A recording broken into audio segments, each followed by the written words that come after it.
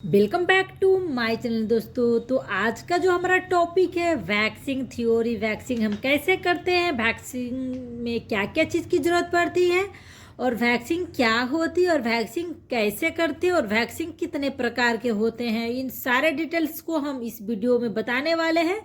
तो चलिए स्टार्ट करते हैं। तो सबसे पहले है हमारा आज का टॉपिक वैक्सीन थ्योरी। तो आपको क्या करना है दोस्तों, आप भी एक अपना नोट तैयार करके रखिए। तो चलिए स्टार्ट करते हैं। आज हम बात करेंगे वैक्सीन थ्योरी पे। तो वैक्सीन 5 प्रकार के होते हैं। वैक्सीन वैसे बहुत सारे टाइप होते हैं, वैक्सीन का बहुत सारे ब्रांड होते हैं, बहुत सारे तरीके से करते हैं, होममेड बनाते हैं, हम बाहर से लेके भी करते हैं। तो चलिए कुछ 5 प्रकार के हम बताते हैं, जैसे कि क्रीम वैक्स होता है, ऑयल वैक्स होता है, हनी वैक्स होता है, एंड लिपोसोलेबल वैक्स होता है, पैराफिन वैक्स होता है। इसी में बहुत सारा वैक्स होता है, इसमें फ्लेवर आता है, चॉकलेट वैक्स होता है। तो जिसको जो पसंद होता है वो कर दे। बेसिक 5 तरह का हमारे वैक्स होते हैं। तो चलिए क्रीम वैक्स के बारे में हम आपको बताते हैं। क्रीम वैक्स ये क्रीम फॉर्म में होता है। जो हमारा क्रीम वैक्स होता है वो क्रीम फॉर्म में होता है। क्रीम वैक्स में स्ट्रिप होती है। यह जेल वैक्स की तुलना में ज़्यादा महंगा होता है। यह हर एक वेदर में कर सकते हैं। जो हमारा क्रीम वैक्स है वो हर एक वेदर में कर सकते हैं, गर्मी ठंडी जो भी वेदर आपका हो वो सारे वेदर में कर सकते हैं। हनी वैक्स के तुलना में ये ज़्यादा महंगा होता है। इसमें हमें जो हीटर लगता है वो नॉर्मल हीटर लगता है। इसमें जो सामग्री आएगी आपको वो स्ट्रिप आएगी, स्पैचुला एंड हीटर आएगा और पाउडर आएगा। जब आप क्रीम वैक्स करने जाएंगे तो इन सारे सामग्री की ज़रूरत पड़ेगी आपको। तो चलिए अब हम आते हैं दूसरे नंबर पे ऑयल वैक्स।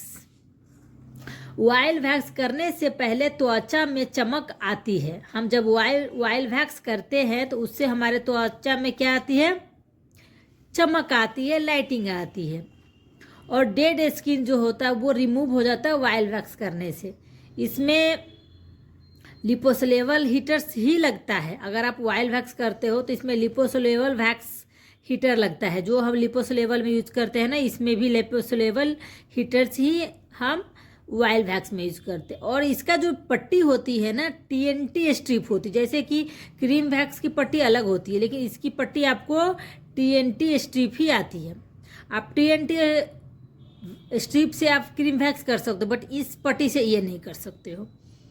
अब हनी वैक्स के बारे में बात करते हैं। तो ये नॉर्मल वैक्स होता है। इसे बनाने में शुगर, हनी, लेमन ETC का इस्तेमाल किया जाता है। ये इस तरह से बनाया जाता है। चलिए अब नेक्स्ट पेज हम पलटते हैं।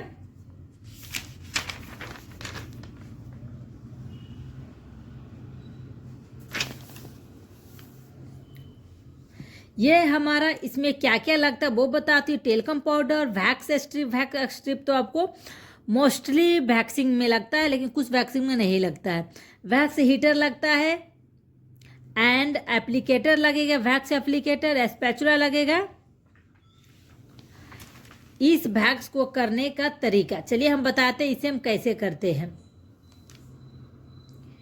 वैक्स बालों के दिशा में लगाना है। जब जिस दिशा में हमारा बाल होता है उसी दिशा में हम कोई भी वैक्स को लगाएंगे, ठीक है। और अपोजिट डायरेक्शन में खींचना है। हम बाल के दिशा में वैक्स क्रीम लगाते हैं और बाल के अपोजिट साइड में हम पट्टी को ऐसे खींचते हैं, ठीक है। स्ट्रिप को अच्छे से प्रेस करके स्लैंट मोशन में खींचिए। ऐसे खींचना है, ऐसे खींचना है, थोड़ा सा आपको ऐसे ऐसे करके खींचना होता है, ताकि जो है क्रीम में हमारा पट्टी बाल को अच्छे से ऑब्जर्व यानी कि पकड़ ले, उसकी टाइट पकड़ हो। फिर इसको खींच दीजिए, ठीक है। अब आते हैं 4th नंबर में, लिपोसोलेबल वैक्स। ये वैक्स झाड़ के रस से बनता है। लिपोसोलेबल वैक्स जो होता है वो झाड़ के रस से बनता है। इसका ब्रांड जो होता है वो रिका होता है। जो रिका का वैक्स हम बोलते हैं ना वही है, इसका ब्रांड रिका है। इसलिए कुछ पॉइंट है मैं आपको पढ़ के बताती हूँ, आप नोट बहुत ही अच्छी तरीके से कीजिएगा। लिपोसोलेबल वैक्स काफ़ी कम चिपचिपा होता है। ये जो जैसे हनी वैक्स काफ़ी स्टिकी होती है, बट लिपोसोलेबल वैक्स जब आप करोगे ना तो आपको समझ में आएगा, मतलब बहुत ही कम स्टिकी होता है। And other wax so sticky होता है, मतलब और वैक्स कीजिए ना तो काफ़ी स्टिकी होता है। बट ये जो लिपोसोलेबल वैक्स महंगा भी आता है, लेकिन ये जो होता है ना वो चिपचिपी नहीं होती है, ठीक है। ये वैक्स पेनलेस होता है। जब आप लिपोसोलेबल वैक्स करोगे ना तो इसमें बहुत ही ना के मात्रम आपको पेन होगा। ये वैक्स टेन को प्रॉपर रिमूव कर देता है। जब आप लिपोसोलेबल वैक्स करोगे ना, आपको टेनी हो गया आपके बॉडी पे, तो टेन को भी प्रॉपर से ये रिमूव करता है, ठीक है। And also remove the baby hair, and ये जो हमारे बॉडी पे बेबी हेयर होते हैं ना उसको भी ये रिमूव कर देते हैं, ठीक है। एंड वैक्सिंग जो भी हेयर ग्रोथ होता है बहुत लेट ग्रोथ होता है। यानी कि जैसे कि कोई क्लाइंट बाहर जाने वाले हैं 1 मंथ के लिए, 2 मंथ के लिए, आपको बोले कि मुझे ऐसा वैक्स करके दो जल्दी ग्रोथ ना आए, तो आप उसको सजेस्ट कर सकते हैं कि आप लिपोसोलेबल वैक्स ही करें, क्योंकि लिपोसोलेबल वैक्स करने के बाद जो हमारे हेयर की जो ग्रोथ होती है वो काफ़ी लेट स्टार्ट होती है।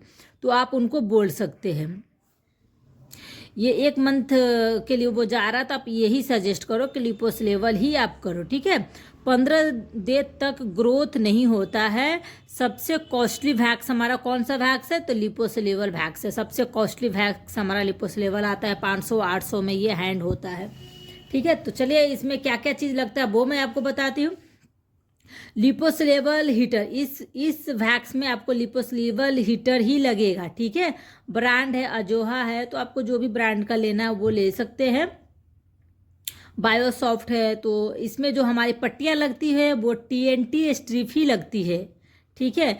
एंड वैक्स करने के बाद आपको वैक्सिंग जेल आता है, वो ज़रूर से ज़रूर अपने क्लाइंट के ऊपर लगाए, ठीक है।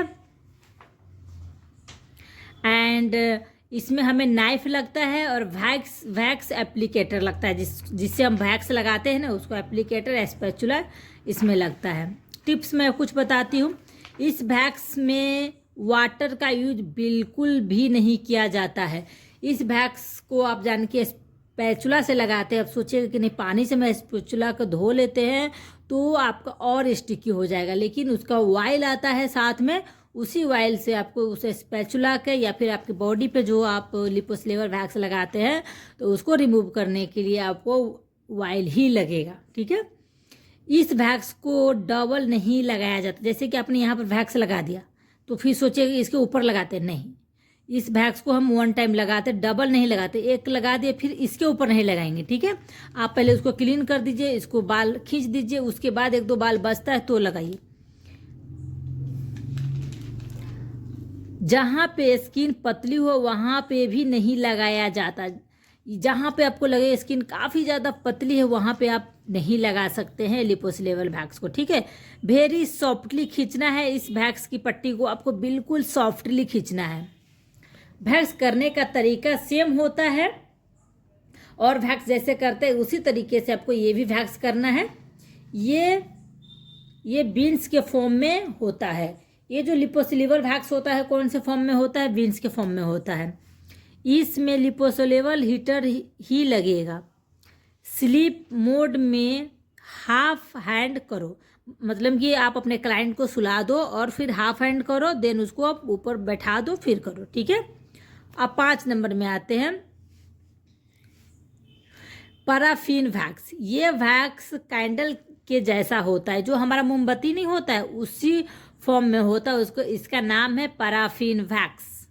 ये वैक्स सिर्फ मॉइस्चराइजिंग करने के लिए होता है। जैसे बहुत सारे लोगों के बहुत ज़्यादा ड्राई स्किन होता है ना, आप उसको ये कर सकते हो।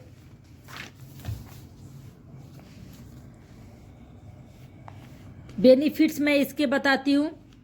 डीप क्लींजर एंड गहरी सफाई और टोन करता है, मतलब इसका जो टोन होता है ना, टोनिंग, वो सब करता है। सूखे खराब कटे फटे हाथों में सुधार करता है हमारा ये वैक्स। इसे कौन सी भी ट्रीटमेंट के साथ ऐड करके कर सकते हैं, ठीक है। क्लाइंट आए तो सबसे पहले क्लाइंट आए तो उससे पूछना है अपने कोई मॉइस्चराइजिंग क्रीम तो नहीं लगाए हो, कोई एलर्जी तो नहीं है, ये सब चीज़ आपको अपने क्लाइंट से पहले ही पूछ लेना है। जहाँ कोई चोट लगा हो वहाँ कोई वैक्स नहीं करना चाहिए, ठीक है। जैसे कि आपकी क्लाइंट आए, वो वैक्स करवाना चाहती है, अंडर आर्म्स करवाना चाहती है और पहले से वो मॉइस्चराइजिंग क्रीम लगा कर आया है, तो उसको आप, या फिर स्वेटिंग ज़्यादा हो रही है तो उसको डायरेक्ट बोलो आप कि पहले आप अंडर आर्म्स को वॉश करो, ठीक है। या फिर ऑयली स्किन हो तो पहले उसको वॉश करो, क्योंकि ऑयली स्किन क्रीम लगा हो तो फिर आपका वैक्स बिल्कुल भी नहीं होगा, या नहीं तो अच्छे तरीके से वो बाल नहीं निकलेगा। इसीलिए गर्मी के टाइम में जिसको स्वेट होता हो उसको आप पहले ही बोल दो कि आप पानी से उसको वॉश कर लो, ठीक है।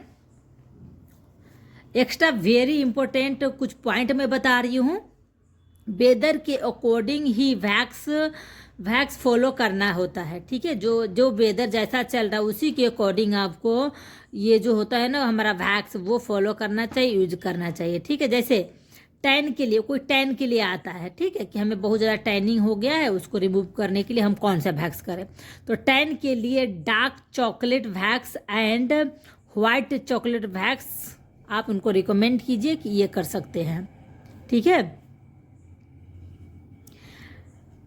ड्राई स्किन के लिए आपको ग्रीन, जो हमारा ग्रीन आता है ना, ग्रीन ड्राई, ठीक है, एंड एप्पल वैक्स भी कर सकते हैं।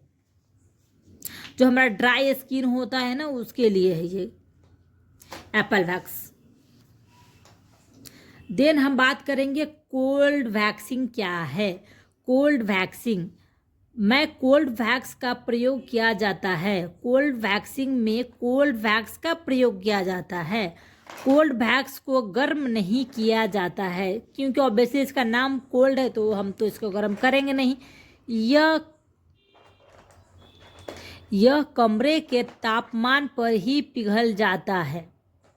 इसका प्रयोग सीधे त्वचा पे किया जाता है। डायरेक्ट हम इसको त्वचा पे करते हैं, कोई गर्म कोई ठंडा नहीं किया जाता, रूम टेम्परेचर पे ही ये रहता है। कोल्ड वैक्सिंग कैसे करते हैं?